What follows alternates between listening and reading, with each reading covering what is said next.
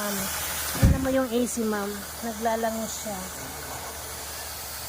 Malamig pa siya kasi may konting freon pa siyang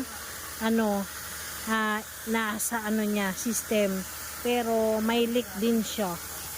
Kasi ito, ma'am, pag open namin ng unit, naglalangos siya. Tama. Ayan, dumi.